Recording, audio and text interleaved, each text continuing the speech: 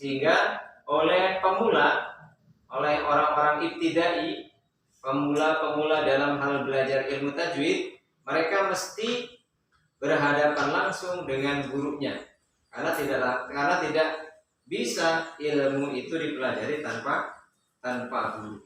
Sesuai dengan syairan yang ada pada kitab Matan Taklimul Muta'alim, alala tanalul ilma illa bisitatin sa'unbika an majmu'iha bibayani. Yang pertama dakain, kedua wahirsin, tiga wastibarin, terus wabulgotin, kelima wa irsyadi ustadin, terakhir watuli zamani. Keren. Ada yang perlu digarisbawahi, yaitu wa irsyadi ustadin, berada dalam bimbingan ustad, berada dalam bimbingan guru. Itu wajib, karena semua pelajaran wajib dipelajari dari gurunya masing-masing. Matematik wajib kita belajar pada guru yang mampu mengajar bidang matematik. Bahasa Indonesia, walaupun semuanya bisa bahasa Indonesia, tapi tidak semua tahu kaidah bahasa Indonesia. Bahasa Arab apalagi, banyak orang bisa bahasa Arab A, I, U sampai Z, yang ternyata kalau ditanya tentang kaidah, sebagiannya ada yang kurang mampu. Maka belajarlah pada gurunya, termasuk semua mata pelajaran yang ada di sekolah atau pesantren kita. Yang pertama, langsung kita kepada imalah. Apa itu imalah? Secara lafdiyah atau kosakata bahasanya, imalah berarti miring atau condong. Miring atau condong. Berarti kalau tegak langsung ke huruf A atau bacaan A, kalau langsung rebahan itu ke huruf I. Tapi berada di antara tegak dan rebah itu ada bacaan suara huruf E. Maka bacaannya ada pada surat Hud ayat ke-41. Surat Hud itu surat ke-11. Surat Hud itu surat ke-11. Bacaannya Bismillahirrahmanirrahim. Bismillahi majriha wa mursaha. Bismillahi majriha. Praktek. 1, 2, 3. Bismillahi majriha. Yang laki-laki Bismillahi majriha. Perempuan Bismillahi majriha. Semuanya Bismillahi majriha. Cukup untuk bacaan imalah. Imalah berarti apa tadi? Miring, tapi bukan gini ya. Kalau gini beda. Kalau gini maksirat yang biasa jalan dari depan sana, dari sana ke depan, ngitungin mobil, ngitungin pesawat, itu maksirat. Itu miringnya bukan miring imalah, tapi miring sekali. Yang kedua, ismam. Ismam itu memoncongkan bibir, ya, untuk membaca satu bacaan Quran yang ada pada surat Yusuf ayat yang ke-11. Bacaannya ada pada kata la ta'manna. Bacaannya la ta'manna. Ulangi, la ta'manna. Bisa bangkit.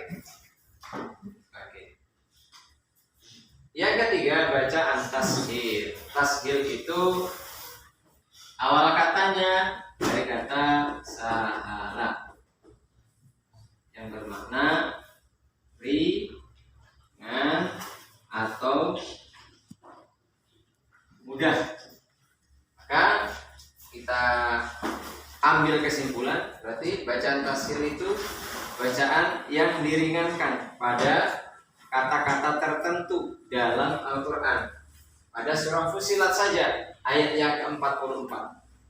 Ini hanya ada satu bacaan pada surat Fussilat ayat ke-44.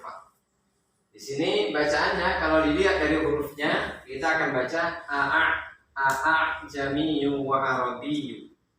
Maka cara bacanya adalah a'jami wa arabi.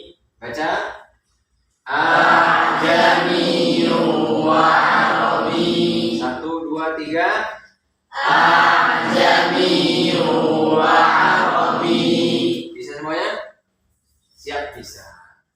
Dan yang keempat yaitu bacaan naqol. Naqol dari kata naqola, bukan nakula.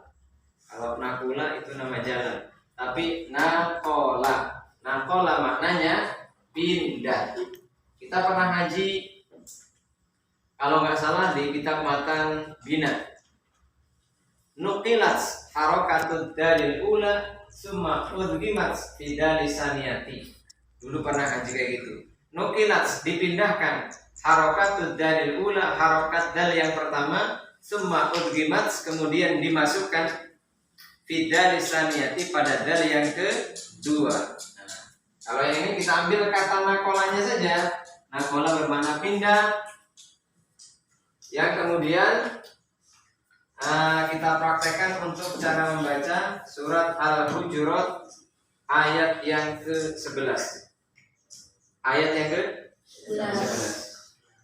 Contoh bacanya adalah bisa dan kata al-ismu.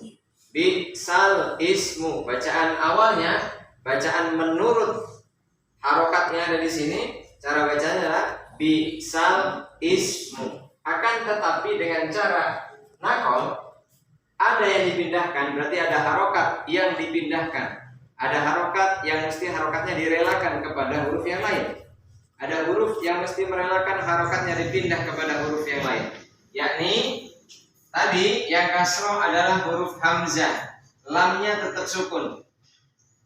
Yang kasroh adalah huruf hamzah, sementara lamnya tetap dalam keadaan sukun. Maka ketika cara baca nakol, yakni lamnya dikasrohkan, sementara hamzahnya tidak diberi harokat. Maka cara bacanya bisalismu. Kalau ditulis seperti ini, bisa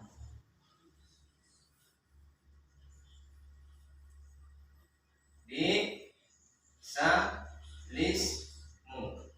Nah, tadi seperti itu katanya. Ketika dibaca dan bacaan itu dilambangkan dengan huruf, akan seperti ini. Bisalismu.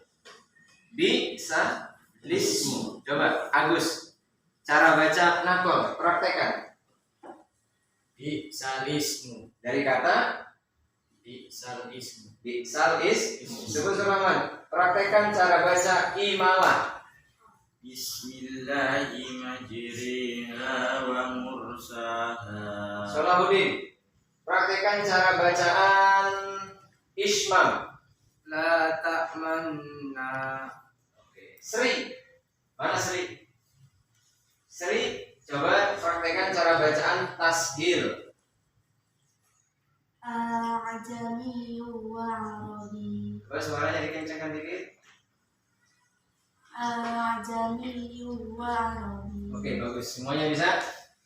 Terakhir sebelum kita sudahi pelajaran ini, kita baca dulu contoh-contoh dari imalah, ismam, tashil, dan nakol. Dari imalah 1, 2, 3. Bismillahirrahmanirrahim. Ulangi. Bismillahirrahmanirrahim. Ismam. La ta'manna. Ulangi. La ta'manna. Tashil. A'jami wa arabi. Nakol. Bisalismu. Munya jangan panjang-panjang. Bisalismu. 1, 2, 3. Bisalismu. Oke, sekarang Pak Guru mau tanya. Siapa yang belum paham tentang keempat macam cara bacaan ini? Gak ada? Semuanya paham? Semuanya paham. Alhamdulillah. Baik, itu saja yang bisa disampaikan. Semoga nanti setelah kita belajar tentang imalah, ismam, tashil, dan nakol, kita semakin jeli ketika membaca Al-Quran. Karena ada bacaan yang seolah-olah sudah sangat populer di tengah masyarakat.